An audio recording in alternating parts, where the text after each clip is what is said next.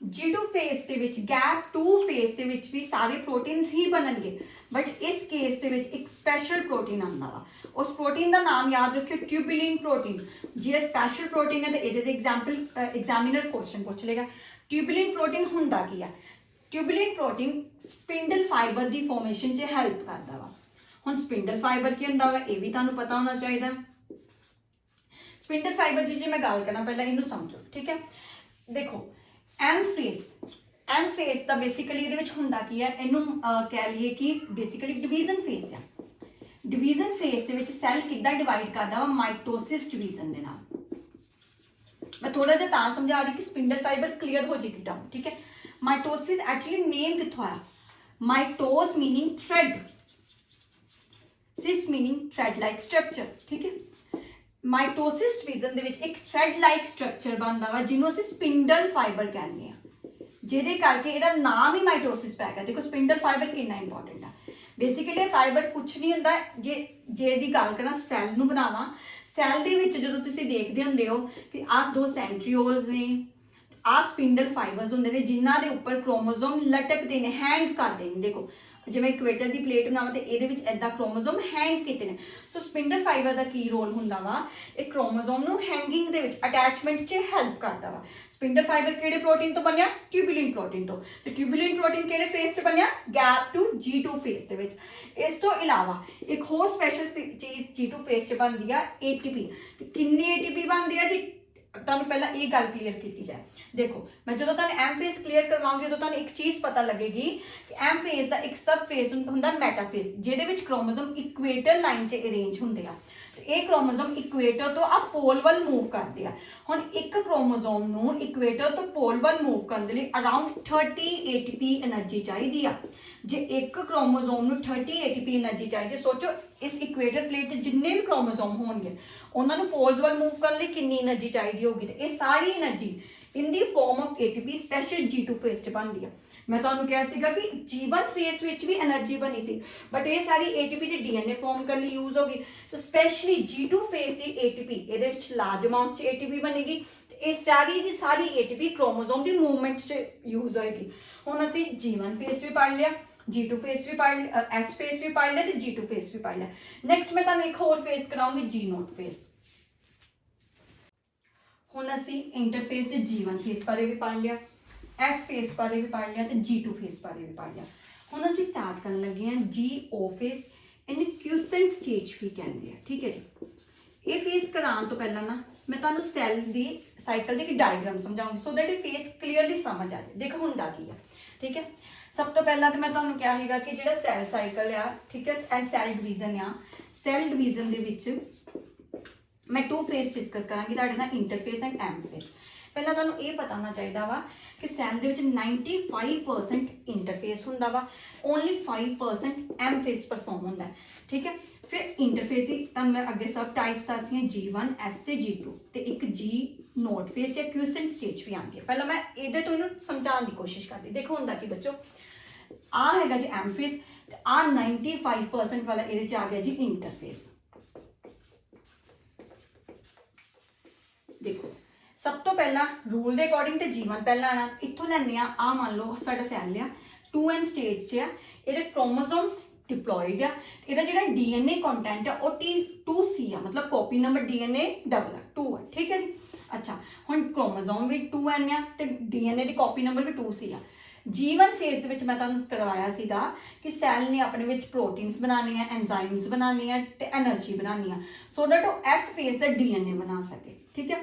It mean G1 face 'ਚ ਜੇ ਇੰਨਾ ਕੁਝ ਬਣੂਗਾ ਤਾਂ ਸੈੱਲ ਦਾ ਸਾਈਜ਼ ਬੇਸਿਕਲੀ ਗਰੋ ਕਰ ਚੁੱਕਾ, ਠੀਕ ਹੈ। ਜਦੋਂ ਸੈੱਲ G1 ਤਾਂ ਇਸ ਫੇਸ 'ਚ ਆਊਗਾ, ਠੀਕ ਹੈ। G1 ਤੋਂ ਹੁਣ ਉਹ S 'ਚ ਐਂਟਰ ਕਰਨ ਲੱਗਾ, ਹਜੇ ਵੀ ਉਹ ਸੇਮ ਇਸੇ ਸਟੇਜ ਵਿੱਚ ਹੈਗਾ ਵਾ ਕਿ ਉਹਦੇ ਕੋਲ ਕ੍ਰੋਮੋਸੋਮ ਵੀ 2N ਸਟੇਜ 'ਚ ਆ, ਠੀਕ ਹੈ, ਤੇ ਜਿਹੜੀ DNA ਦੀ ਕਾਪੀ ਨੰਬਰ ਵੀ 2C ਸਟੇਜ 'ਚ ਆ, ਠੀਕ ਹੈ। ਬਟ ਇੱਕ ਸਪੈਸ਼ਲ ਚੇਂਜਸ ਆਈ S ਫੇਸ ਦੇ ਵਿੱਚ, DNA ਦਾ ਅਮਾਊਂਟ ਵੱਧ ਗਿਆ। ਜੇ DNA ਦਾ ਅਮਾਊਂਟ ਵੱਧ ਗਿਆ, ਵੇਖੋ ਇਹਦੇ ਵਿੱਚ ਹੋਇਆ ਕੀ S ਦੇ ਕੇਸ 'ਚ, ਪਹਿਲਾਂ ਇੱਦਾਂ ਸੀਗਾ ਸਾਡਾ ਸੈੱਲ, ਹੁਣ ਸੈੱਲ ਦੇ ਵਿੱਚ ਬਾਹਰੋਂ ਹਜੇ ਵੀ ਇਦਾਂ ਹੀ ਦਿਖ ਰਿਹਾ, ਬਟ ਜੇ ਇਹਦੇ ਕ੍ਰੋਮੋਸੋਮ 2N ਆ ਤੇ DNA ਦੀ ਕਾਪੀ ਨੰਬਰ 2C ਆ, ਬਟ ਇੱਥੇ ਕੀ ਹੋ ਗਿਆ S ਫੇਸ ਦੇ ਕੇਸ 'ਚ ਕ੍ਰੋਮੋਸੋਮ 2N ਹੀ ਰਹੇ but DNA the copy 4C ਹੋ ਗਈ ਬਿਕੋਜ਼ DNA ਡਬਲ ਹੋ ਗਿਆ, ਠੀਕ ਹੈ ਜੀ। ਹੁਣ ਇਹਦਾ ਮੈਂ ਰੀਜ਼ਨ ਵੀ ਦੱਸੂਗੀ ਕਿ ਇਹ ਕਿਉਂ ਹੋਇਆ, ਠੀਕ ਹੈ। ਯਾਨੀ ਕਿ ਇੱਥੇ ਆਣ ਕੇ ਜੇ ਮੈਂ ਇਸ ਫੇਸ ਦੀ ਗੱਲ ਕਰਾਂ, ਇਸ ਫੇਸ ਦੇ ਵਿੱਚ ਸੈੱਲ ਨੇ ਕੀ ਕੀਤਾ, ਸੈੱਲ ਦੇ ਵਿੱਚ ਕ੍ਰੋਮੋਸੋਮ 2n ਹੀ ਰਹੇ, ਬਟ ਜਿਹੜਾ DNA ਆ ਉਹ 2C ਤੋਂ 4C ਹੋ ਗਿਆ, ਫੋਟੋਕਾਪੀ ਹੋ ਗਈ ਸਿੰਪਲ, DNA ਡਬਲ ਹੋ ਗਿਆ। ਜਦੋਂ G2 ਫੇਸ 'ਚ ਗਿਆ, G2 ਦੇ ਕੇਸ 'ਚ ਵੀ ਇਹੀ ਰਿਹਾ, ਸੈੱਲ ਨੇ ਸਾਈਜ਼ ਥੋੜਾ ਜਿਹਾ ਇੰਕਰੀਜ਼ ਕਰ ਲਿਆ ਬਿਕੋਜ਼ ਇੱਥੇ ਵੀ ਗਰੋਥ ਹੀ ਹੋਈ ਸੀਗੀ ਸੈੱਲ ਦੀ ਤੇ ਟਿਊਬੂਲਿਨ ਪ੍ਰੋਟੀਨ ਵਗੈਰਾ ਬਣੇ ਸੀ। ਹੁਣ ਸੈੱਲ ਇੱਥੇ ਵੀ ਇਹੀ ਕੇਸ 'ਚ ਗਿਆ 2n ਤੇ 4C ਕੇਸ 'ਚ। ਹੁਣ ਆ ਗਿਆ M ਫੇਸ। ਦੇਖੋ M ਫੇਸ 'ਤੇ ਵੀ ਅੱਗੋਂ ਫੇਸਿਸ ਹੁੰਦੇ ਨੇ, ਇਹ ਅਸੀਂ ਨੈਕਸਟ ਵੀਡੀਓ 'ਚ ਪੂਰੇ ਐਕਸਪਲੇਨ ਕਰਾਂਗੇ ਕਿਹੜੇ ਕਿਹੜੇ ਫੇਸ ਨੇ। ਪ੍ਰੋਫੇਸ, ਮੈਟਾਫੇਸ, ਐਨਾਫੇਸ ਐਂਡ ਟੀਲੋਫੇਸ। ਦੇਖੋ ਐਦਾਂ ਹੋਏਗਾ ਜੀ, ਇੱਥੇ ਆ ਜਾਊਗਾ ਪਹਿਲਾਂ ਪ੍ਰੋਫੇਸ, फिर आ जाऊगा मैटाफेस, एनाफेस ते टीलोफेस।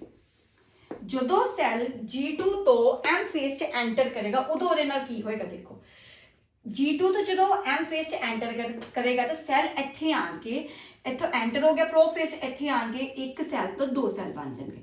बेसिकली माइटोसिस डिवीजन हुंदी यही है, M फेस का वर्ड का ही मतलब है माइटोसिस डिवीजन, मतलब एक पेरेंट सैल तो टू डॉटर सैल बन गए, ठीक है। आ हो गया। मैं तुहानू जीओ क्वेश्चन स्टेज समझा रही है, सारा समझा रही हूँ। जीओ कित्थे आया, हजे तक मैं जीओ का किते नेम नहीं लिखा, हुण एंटर होने लगा सैल। हुण आ मेरे को फाइनल रिजल्ट एम फेस का ख्याल हो गया। देखो एम फेस तो बाद जिहड़े दो टोटल सैल बने हैं, इन्हां दा पेरेंट सैल दे कंपैरिजन साइज छोटा वेख रहे ना। हुण ये दोवें सैल की करनगे, इन्हां नूं पता वा कि G1 फेस दे विच सैल दा साइज वधदा है, सो ये दोवें सैल अगेन G1 स्टेज च एंटर कर जाएंगे। हो गए G1 च जाके पहला तो इन्होंने अपना साइज वड्डा कर लेना अपने पेरेंट साइज च, पेरेंट सैल च हो गया।